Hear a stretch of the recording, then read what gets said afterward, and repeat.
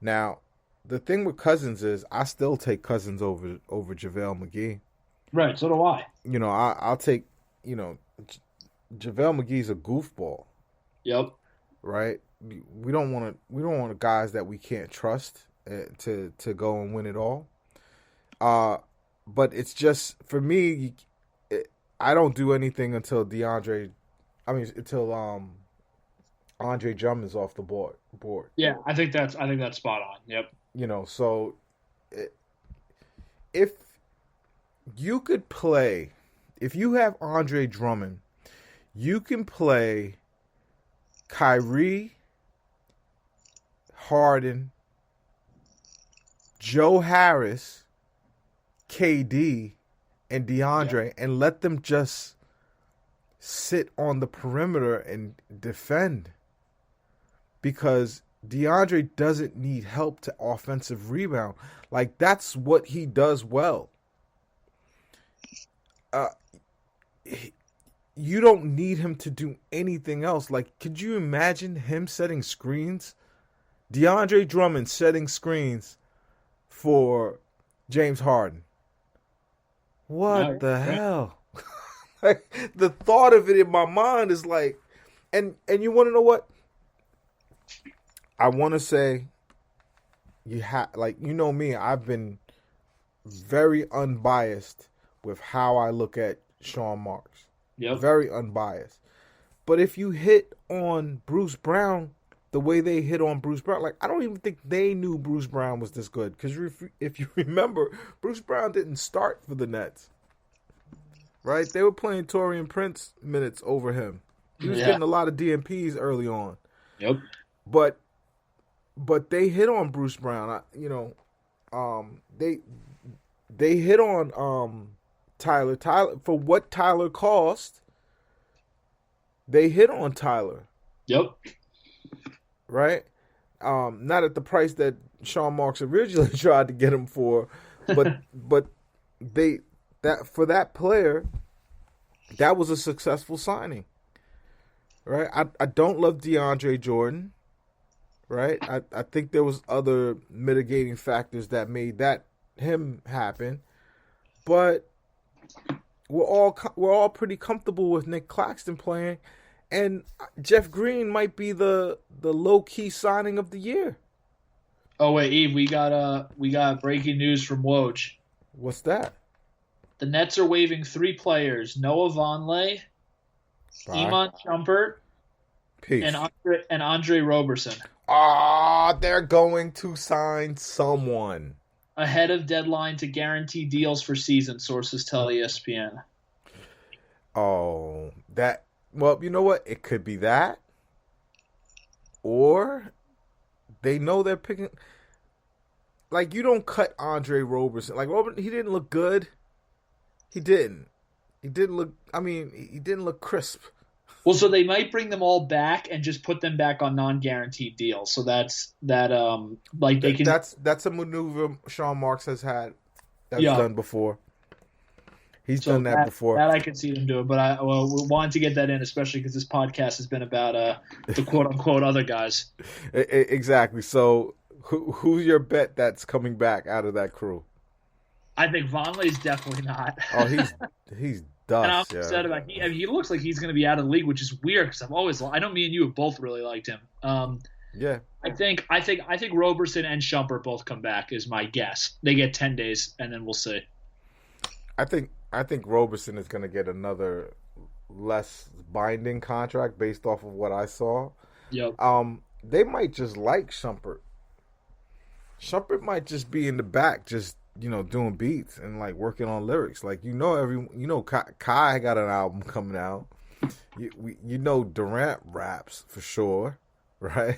Yeah. I heard Jeff Green produces a little bit on the side, so maybe they just might need Shumpert for vibes. There might be things going on in the background that we don't know about. All right. Did I miss anything else? No. I want to ask you about one last thing. I'm curious what your take is on this. I'm flipping the script a little bit. I'm ready.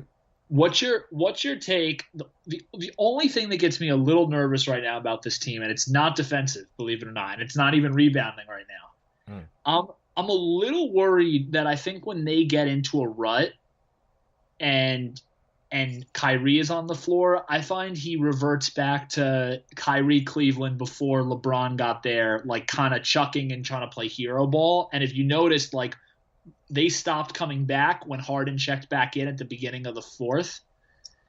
And it seems like he really just puts the team at ease. And I'm curious, so that just makes me a little nervous about him taking the ball out of the hands of Harden or Durant. Or are you not nervous about it because you basically think that when all those three guys are on the floor, Kyrie will defer more?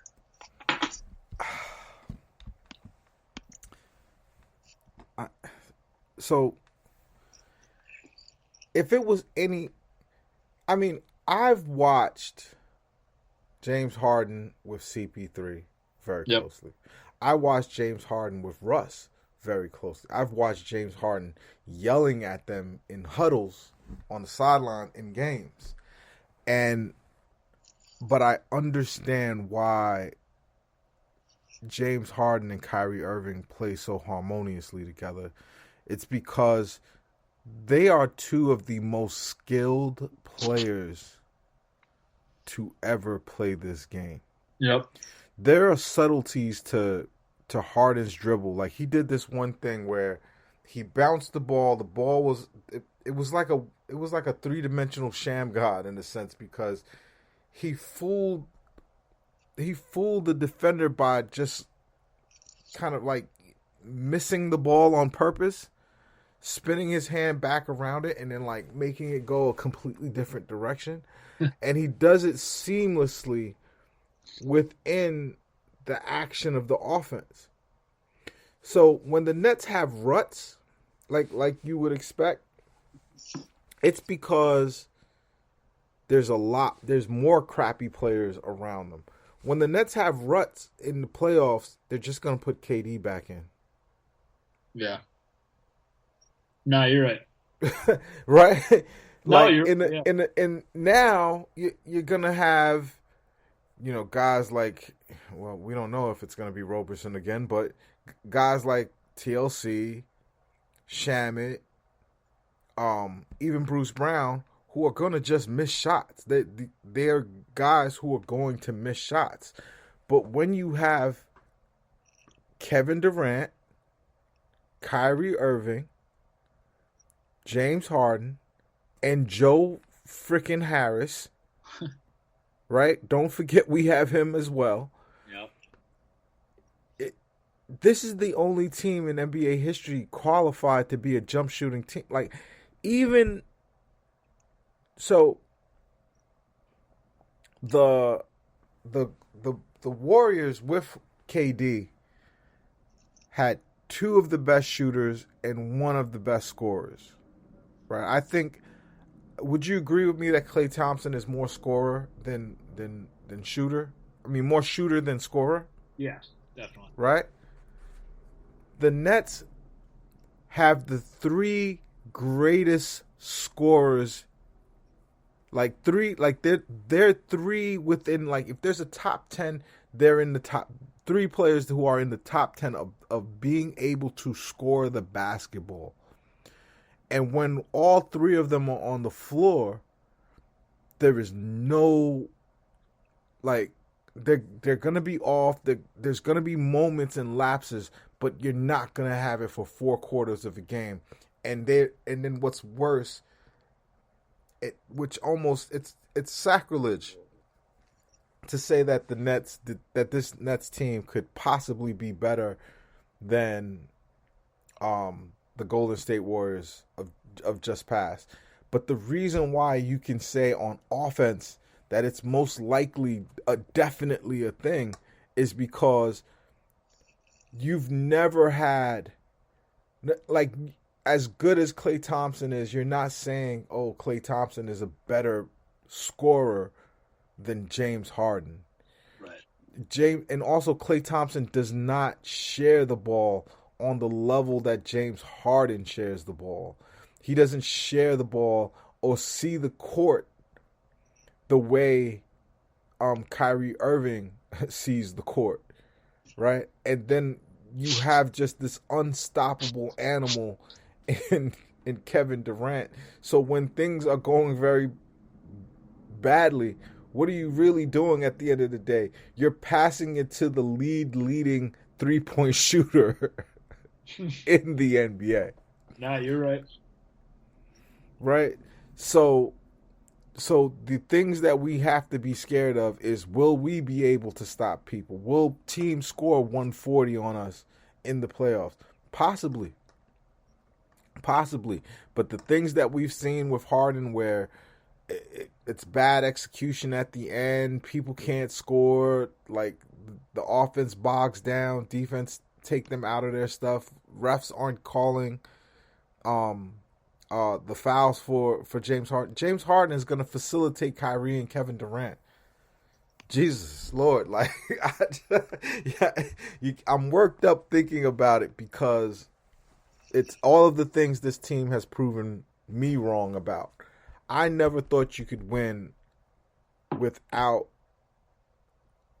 physicality No, me neither. and defense. I didn't think the Warriors teams were going to win when they played when they played. Like, not once they got Durant, yes, but the original team I didn't think was going to win. I did, because I just believed in Draymond Green as a defender, and just That's true. our Draymond Green is Bruce Brown. By the way, it's true. Since our conversation about the guys 5 minutes ago or whatever, Shams Charania, guard Iman Shumpert, and forward Andre Robertson plan to sign 10-day contracts with the Nets when they clear waivers. So the Nets, so good job by Mark. See, the Nets maintaining flexibility ahead of guaranteed deadlines this week. Listen, this dude, man, you know what? I don't shine his balls for ball shining purposes. I don't, not because he's our GM. I'm not gonna just throw him flowers, right? But you can, when I say it, I have more credibility than anyone else. But Sean Marks has quietly and on the low, not only proven me completely wrong, but also has done an incredible job putting pieces around this team. And it's not just because of the good feelings and all of that. Like, look, you just can't beat the Jeff Green signing. If he stays healthy for the rest of the years and plays significant minutes in the playoffs, that's a hell of a win. Kudos to Sean Marks. Kudos. And that's also just signed a guy who I've never heard of. They're planning to sign Tyler Cook to a 10-day contract. Tyler Cook is 23 years old, went to Iowa. He's a big dude, 6'8", 255. I've never heard of him before. I guess he's been in the G League. He's played. He's been in the G League. He's been on the Cavs and the Nuggets last year. All right, I'm gonna have to do my Googles. All right, we're way running over, man. Way over. I blame you. Yeah, you should blame me. Who's your player that epitomized what we saw tonight? BB, Bruce Brown. Yeah, I'm just gonna agree with you. Like every other answer is wrong. There's people with better stats. There's people who had better moments, but it's Bruce Brown. It's Bruce Brown. Give me a moment of the game. Shit. I thought Harden made a couple of threes. I can't remember if it was the end of the third or beginning of the fourth when they were making runs, and it was like those moments that we talk about, which are just like, oh yeah, that's why you have superstars, because when everyone's freaking out, they still they're calm and collected.